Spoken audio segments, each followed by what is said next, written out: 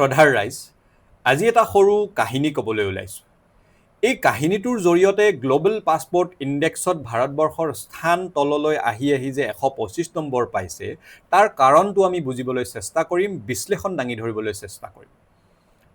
এখন ঘৰখনত থকা পৰিয়ালটোৰ সদস্যসকলৰ মাজত যদি অনবৰতে কাজিয়া হৈ থাকে, মাৰপিট হৈ থাকে, আৰু ওচৰ চুবুৰীয়া নাইবা ৰাস্তাৰে অহা যোৱা কৰা যিসকল লোক তেওঁলোকে যদি অনবৰতে সেই ঘৰখনৰ পৰা কাজিয়াৰ শব্দ শুনে, মাৰপিটৰ শব্দ শুনে, বস্তু ভঙা শব্দ শুনি থাকে, তেনেহ'লে সেই পৰিয়ালটো অশান্তিৰে ভৰা এটা পৰিয়াল বুলি ঋণাত্মক বাৰ্তা এটা, নেতিবাচক বাৰ্তা এটা সমাজখনত বিয়পি পৰে।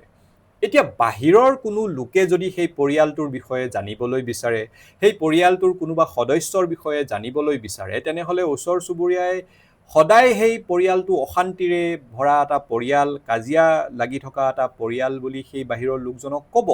আৰু ভিতৰলৈ আহিও যদি বাহিৰৰ মানুহে একেটা পৰিৱেশেই প্ৰত্যক্ষ কৰে, তেনেহ'লে সেই পৰিয়ালটোৰ কোনো সদস্যৰ লগত কিবা সম্পৰ্ক স্থাপন কৰাৰ আগতে, বৈবাহিক সম্পৰ্ক হওক নাকি আন কিবা লেনদেনৰ সম্পৰ্ক হওক, সেই সম্পৰ্ক স্থাপন কৰাৰ আগতে পৰিয়ালটো যে অশান্তিৰে ভৰা এটা পৰিয়াল, ইজন সদস্যই সিজন সদস্যক সন্মান নকৰে, অনবৰতে তেওঁলোকৰ মাজত অপব্যৱহাৰ, কাজিয়া পেচাল হৈ থাকে, এনেধৰণৰ ইমেজ এটা সেই বাহিৰৰ লোকসকলৰ মনত গঢ় লৈ উঠিব। এইটো একেবাৰে স্বাভাৱিক কথা। এতিয়া আহোঁ গ্ল'বেল পাছপোৰ্ট ইণ্ডেক্সলৈ।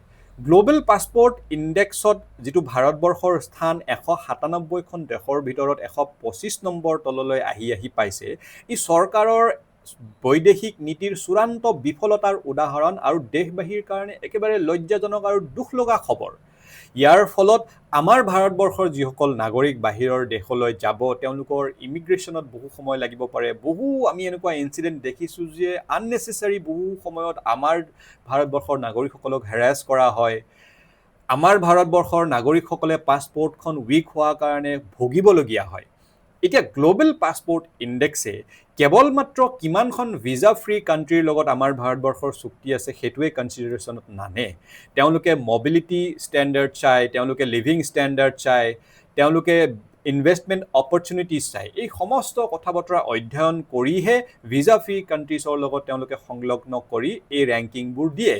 এতিয়া ভাৰতবৰ্ষত ইনভেষ্টমেণ্টৰ কিমান অপৰচুনিটিজ আছে, ইতিমধ্যে আমি FDI ফৰেইন ডিৰেক্ট ইনভেষ্টমেণ্টত সেই কথাটো কৈছোঁ যে নেট FDI ভাৰতবৰ্ষত 4 বছৰত 97% কমি গৈছে। ইনভেষ্টৰবিলাকে পইচা লৈ গৈ আছে, ভাৰতৰ আনকি ইনভেষ্টৰসমূহেও বিদেশত বিনিয়োগ কৰিবলৈ লৈছে, আৰু দেশৰ সমাজ ব্যৱস্থা ৰাজনৈতিকভাৱে কি কৰি পেলোৱা হৈছে তাক দুনাই কোৱাৰ প্ৰয়োজন নাই।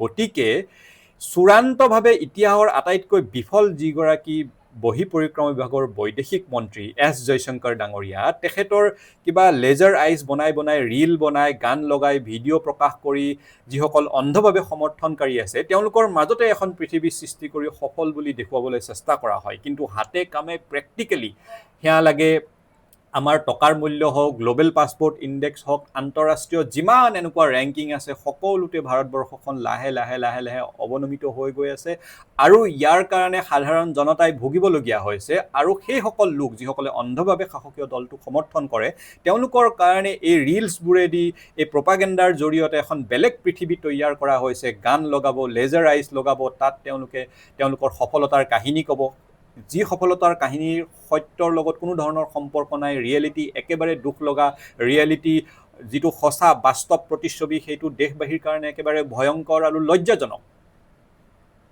ধন্যবাদ। জয় আই অসম।